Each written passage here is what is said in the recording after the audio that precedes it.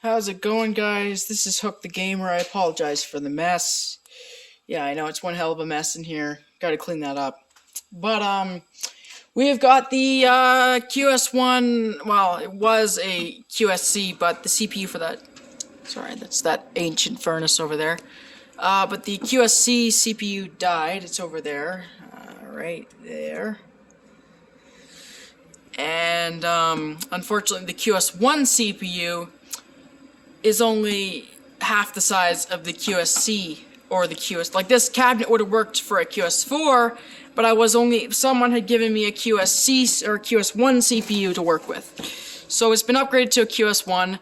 I still have conventional devices. I got a monitor module up, I got a Siga CT2 there and a Siga UM upstairs. Those are acting as my conventional inputs.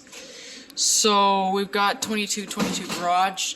Oh, also, not to mention, I hope you guys enjoy the new channel rebranding. I got sick and tired because I never upload gaming videos, and Hook the Gamer is kind of an old alias.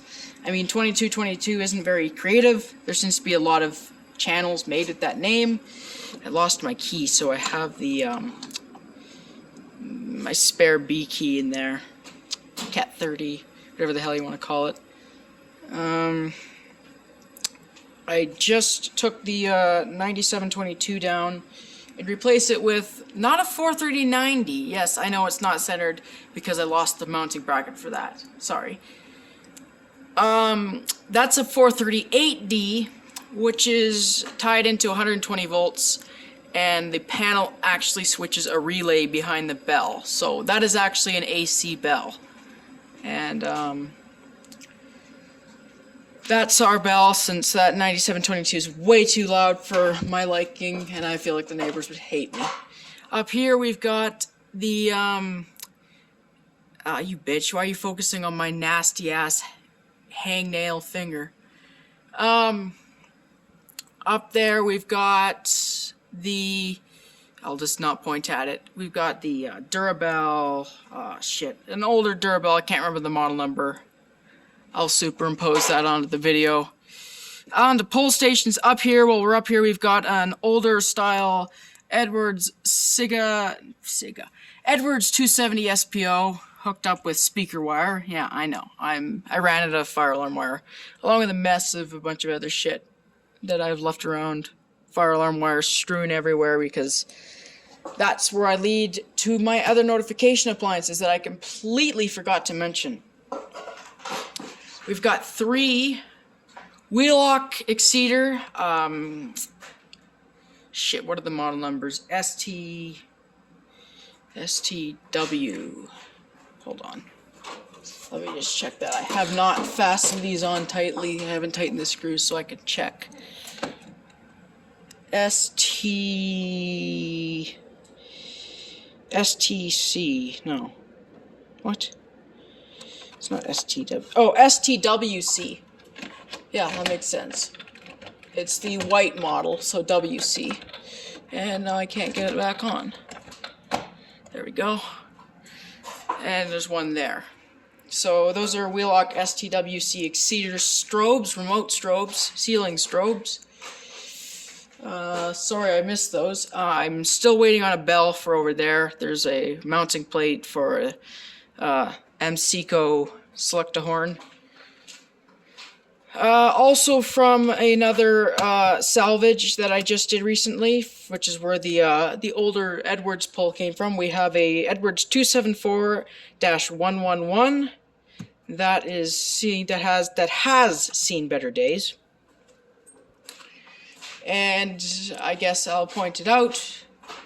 I don't remember the model number. Some sort of Simplex 2099 conventional. They're all conventional. I do plan to add a few Siga devices here and there when the time comes and the money comes. That first Siga device will be replacing this. Well, it's an American model, so it's a System Sensor i3 series. It's a 4W-B. That will be replaced because 4-wire smokes are a royal pain in the ass with this panel. Since this is a garage, I am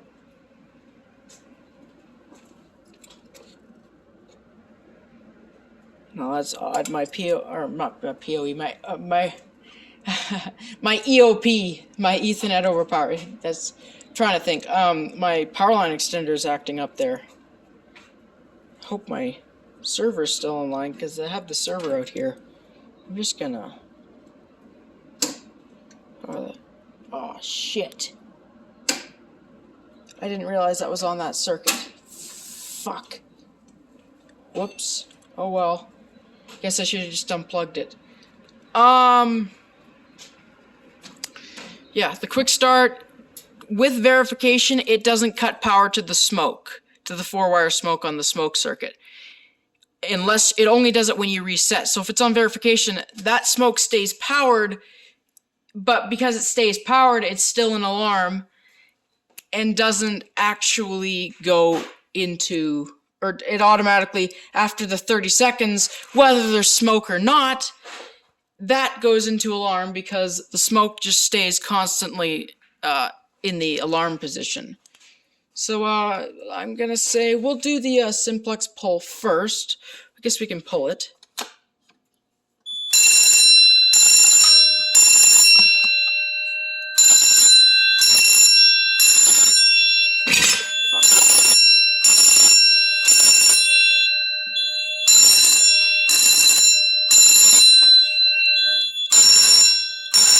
There's proof it's an AC bell.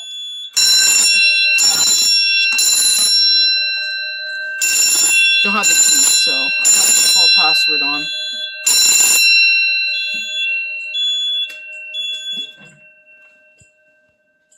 We'll go ahead and do our 274 over here now. Which, these are kind of stupid the way they reset. They have a key, but you don't need it.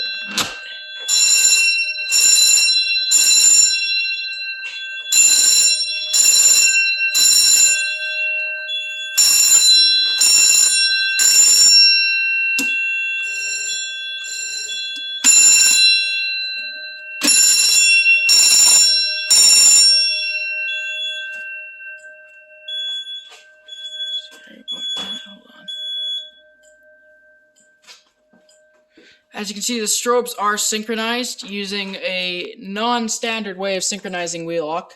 Because I bought a wheel lock dual sync module and it didn't fucking work. So I was pissed off about that, so I said, fuck it.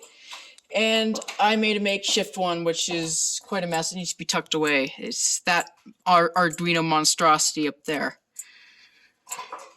Which, if I bump it, it gets unplugged. But anyways, we got one more pull station to test, and that would be our old Edwards 270 SPO with the very old pointed square Edwards logo shield. So let's go ahead and pull that. This is actually very loose. Like, that took no effort.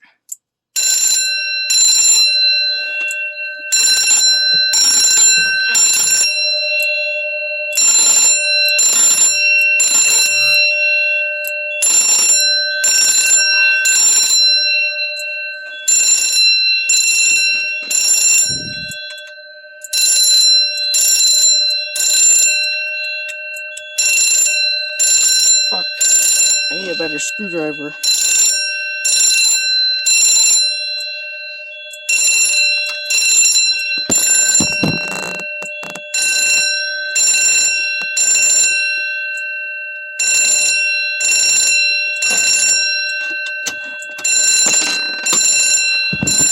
Alright.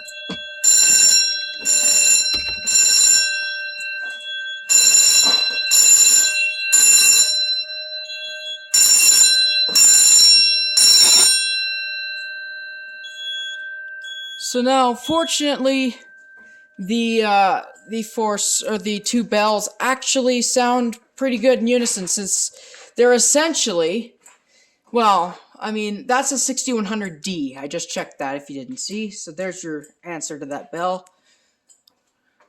And this is an 830. Sorry, 8. I don't know why I keep saying 839. I don't know where I get 839. 438D. Which is an AC bell, but you can actually hear that hum. That's what I was trying. That's why I put my hand on it. You can hear the vibrating bell, or the electromagnet side, and up there is the 6100D. So they have the same, pretty much from the looks of it, have the same gong. I would say this is an incredibly, well, this is a somewhat rare bell, pretty hard to find. This was also salvaged from a local building that was being torn down that had no panel, just all 120 volts wired in series with those poles, 3 of them. There's another one over there, which I haven't installed. Sorry if I'm rambling. I tend to do that if you haven't noticed. Gotta be I'm very detailed. But they have pretty much the same gong, and they're from the same era, I'd say. That one, I'd say, probably from the 1970s, and this one, I'd say from the 1960s, only that one's a DC bell. This one rings a lot faster. That one doesn't vibrate as much. It's a little bit lower frequency. So, I'll stop my rambling and we'll get on with the last device. And I don't have any smoke today, so we'll just use a screwdriver to poke the little thing. I gotta move the ladder to get up there. I should really get some smoke so I can just spray it up there. But, oh well.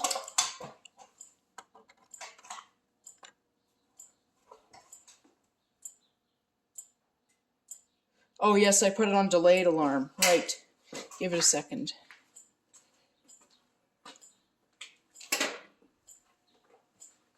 There it goes.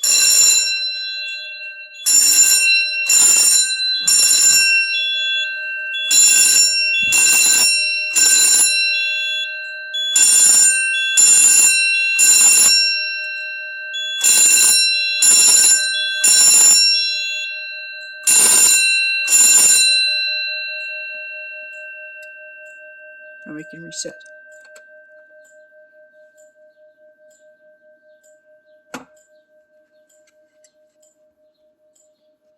Got all 4 devices. Upstairs pull.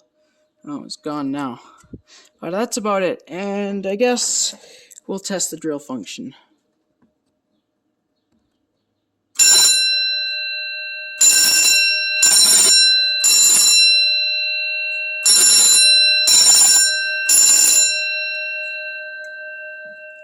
So that's about it. And yes, those do resonate for a very long time.